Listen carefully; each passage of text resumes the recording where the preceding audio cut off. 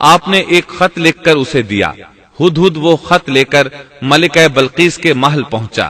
خط اس کے سامنے گرا کر خود دیوار پر جا بیٹھا۔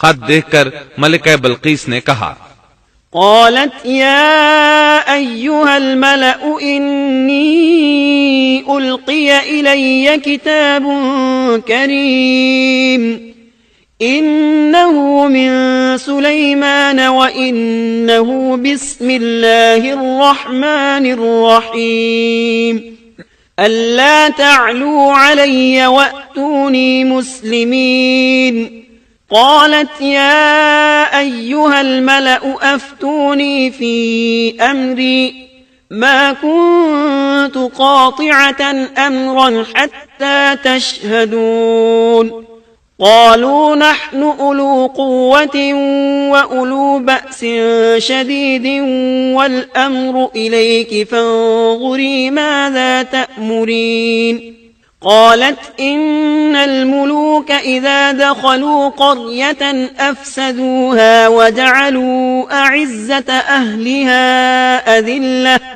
وكذلك يفعلون وإني مرسلة إليهم بهدية فناظرة بما يرجع المرسلون۔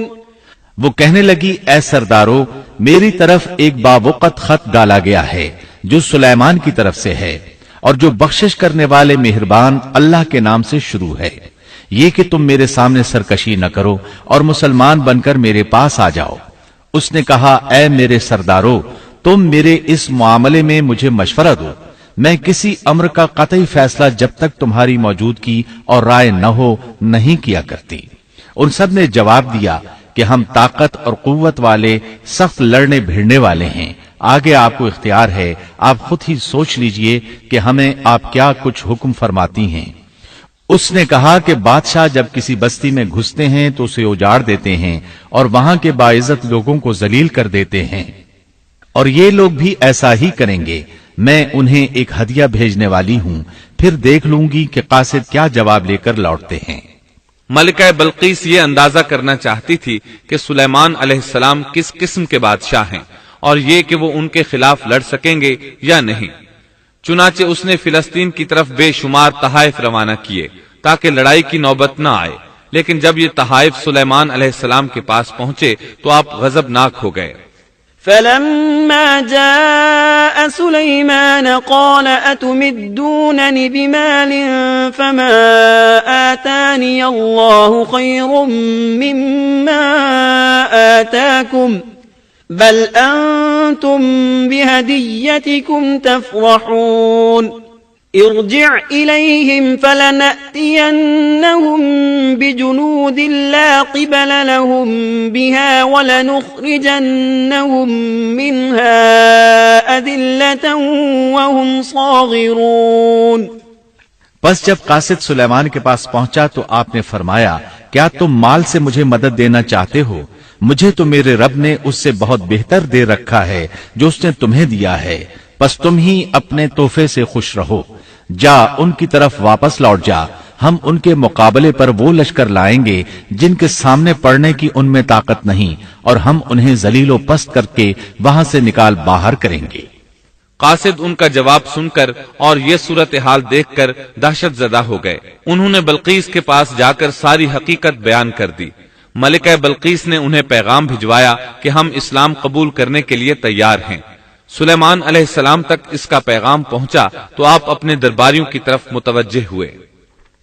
قال يا أيها الملأ أيكم يأتيني بعرشها قبل أن يأتوني مسلمين قال عفريت من الجن أنا آتيك به قبل أن تقوم من مقامك وإني عليه لقوي أمين قال الذي عنده علم من الكتاب أنا آتيك به قبل أن يرتد إليك طرفك فلما رآه مستقرا عنده قال هذا من فضل ربي ليبلوني أأشكر أم أكفر ومن شكر فإنما يشكر لنفسه ومن كفر فإن ربي غني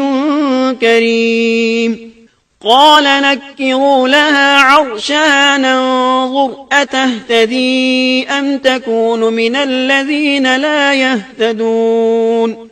آپ نے فرمایا اے سردارو تم میں سے کوئی ہے جو ان کے مسلمان ہو کر پہنچنے سے پہلے ہی اس کا تخت مجھے لا دے. ایک قوی ہیکل جن کہنے لگا آپ اپنی مجلس سے اٹھیں، اس سے پہلے میں اسے آپ کے پاس لا دیتا ہوں. یقین مانیے کہ میں اس پر قادر ہوں اور ہوں بھی امانت دار. جس کے پاس کتاب کا علم تھا وہ بول اٹھا کہ آپ پلک جھپکائیں، اس سے بھی پہلے میں اسے آپ کے پاس پہنچا سکتا ہوں. جب آپ نے اسے اپنے پاس موجود پایا تو فرمانے لگے یہی میرے رب کا فضل ہے تاکہ وہ مجھے آزمائے کہ میں شکر گزاری کرتا ہوں یا ناشکری. شکر گزار اپنے ہی نفع کے لیے شکر گزاری کرتا ہے اور جو ناشکری کرے تو میرا پروردگار بے پرواہ اور کرم کرنے والا ہے. حکم دیا کہ اس کے تخت کی صورت بدل دو تاکہ معلوم ہو جائے کہ یہ راہ پا لیتی ہے یا ان میں سے ہوتی ہے جو راہ نہیں پاتے. تخت لانے والے آدمی کے متعلق جو یہ آیا ہے کہ اس کے پاس کتاب کا علم تھا تو مفسرین کا اس کے بارے میں اختلاف ہے کہ وہ کون تھا. قرآن کریم کے الفاظ سے جو معلوم ہوتا ہے وہ اتنا ہی ہے کہ وہ کوئی انسان ہی تھا جس کے پاس کتاب الہی کا علم تھا. اللہ تعالیٰ نے کرامت اور اعجاز کے طور پر اسے یہ قدرت دے رکھی تھی کہ پلک جھپکتے وہ تخت لے آیا. پھر سلیمان علیہ السلام نے تخت میں تبدیلی کا حکم دیا. تخت میں تبدیلی کا حکم سن کر اس میں سے ہیرے جواہر نکال دیے گئے اور دوسری جگہوں پر لگا دیے گئے. سورہ نمل آیت 42 اور 43 میں ہے. فلما جاءت قيل أهكذا عرشك قالت كأنه هو وأوتينا العلم من قبلها وكنا مسلمين وصدها ما كانت تعبد من دون الله إنها كانت من قوم كافرين. پھر جب وہ آ گئی تو اس سے کہا گیا کہ ایسا ہی تیرا بھی تخت ہے. اس نے جواب دیا کہ یہ گویا وہی ہے، ہمیں اس سے پہلے ہی علم دے دیا گیا تھا اور ہم مسلمان تھے. اسے انہوں نے روک رکھا تھا کہ جن کی وہ اللہ کو چھوڑ کر پرستش کرتی رہی تھی یقیناً وہ کافر لوگوں میں سے تھی. اب سلیمان علیہ السلام کی ملکہ بلقیس سے گفتگو شروع ہوئی. پھر وہ اسے تخت کے پاس لے آئے. اس سے پوچھا کیا تیرا تخت بھی اسی طرح کا ہے؟ اس نے بہت اچھا اور فصاحت سے بھرپور جواب دیا. اس نے نہ تو یہ کہا کہ ہاں، کیونکہ وہ تو اپنا تخت پیچھے سبا کے علاقے میں چھوڑ آئی تھی، یہاں کیسے آ سکتا تھا. نہ اس نے یہ کہا کہ نہ، کیونکہ یہ وہی محسوس ہو رہا تھا. البتہ اس میں قدر تبدیلی محسوس ہو رہی تھی. اس نے عجیب جملے میں جواب دیا کہ یہ وہی لگتا ہے. سلیمان علیہ السلام یہ جواب سن کر حیران ہوئے. اب آپ نے اسے اپنی سلطنت کا غلبہ دکھانے کے لیے ایسا منظر دکھایا جو کسی بشر نے آج تک نہیں دیکھا. چنانچہ آپ اسے ایک محل میں لے گئے. یہ مکمل طور پر شیشے کا تھا. اس سے دوسری طرف دیکھا جا سکتا تھا. فرش بھی شیشے کا تھا. شیشے کے نیچے پانی چھوڑا گیا تھا. پانی چلتا رہتا تھا. آپ اسے لیے اندر داخل ہوئے تو وہ بہت حیران ہوئی کہ محل میں پانی بہ رہا ہے. اس نے اپنا لباس کچھ اوپر کر لیا کہ بھیگ نہ جائے. اس نے اپنا پاؤں پانی پر رکھنا چاہا تو وہ شیشے پر پڑا. اور زیادہ حیران ہوئی اور شرمندہ بھی کہ دھوکہ کھا گئی. اور یہ سب کچھ جنات کے ذریعے تیار کرایا گیا تھا.